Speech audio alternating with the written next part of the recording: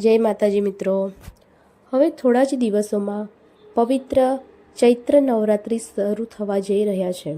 આ 9 દિવસ માતાજીની આરાધના માટે ખૂબ જ પવિત્ર માનવામાં આવે છે।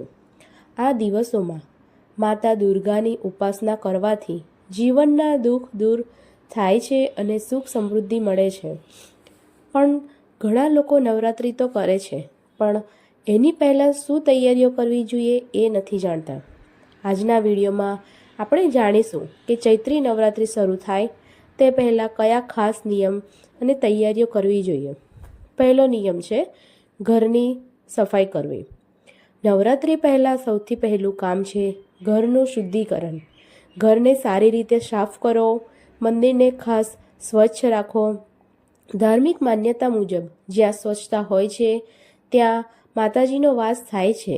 મંદિરની તૈયારી। નવરાત્રિ પહેલાં ઘરના મંદિરમાં આ 5 વસ્તુઓ તૈયાર રાખો। દીવો, અગરબત્તી અથવા ધૂપ, નારિયેળ, કુમકુમ, ચોખા, ફૂલ, આ બધું પહેલાંથી તૈયાર રાખશો તો નવરાત્રિમાં આરામથી પૂજા કરી શકશો। જો તમે કળશની સ્થાપના કરતા હોય તો કળશ સ્થાપના માટેની તૈયારી। નવરાત્રિ પહેલાં દિવસે કળશ સ્થાપના ખૂબ મહત્ત્વની છે, તે માટે આ વસ્તુઓ રાખો। તાંબાનો અથવા માટીનો કળશ, નારિયેળ, આમના પાન, લાલ કપડો, ઘઉં અથવા જવ। આ કળશ માતાજીની શક્તિનું પ્રતીક માનવામાં આવે છે। સાત્વિક આહાર શરૂ કરો। નવરાત્રિ પહેલાંથી જ સાત્વિક આહાર લેવો જોઈએ। માંસ, દારૂ, લસણ, ડુંગળી આ બધી વસ્તુ ટાળવી જોઈએ અને શક્ય હોય તો સાત્વિક ખોરાક જ લો। મનને શુદ્ધ રાખો। માત્ર પૂજા કરવી પૂરતી નથી, નવરાત્રિમાં મનની શુદ્ધતા પણ ખૂબ જરૂરી છે। ગુસ્સો ન કરવો, કોઈનું દિલ ન દુભાવવું, સારા વિચારો રાખવા, એથી માતાજી પ્રસન્ન થાય છે। જાપ અને પાઠની તૈયારી। નવરાત્રિ દરમિયાન દુર્ગા ચાલીસા પાઠ, માતાજીની આરતી, દુર્ગા સપ્તશતી પાઠ। જો તમે પહેલાંથી તૈયારી કરી રાખશો તો 9 દિવસ આરામથી પાઠ કરી શકશો।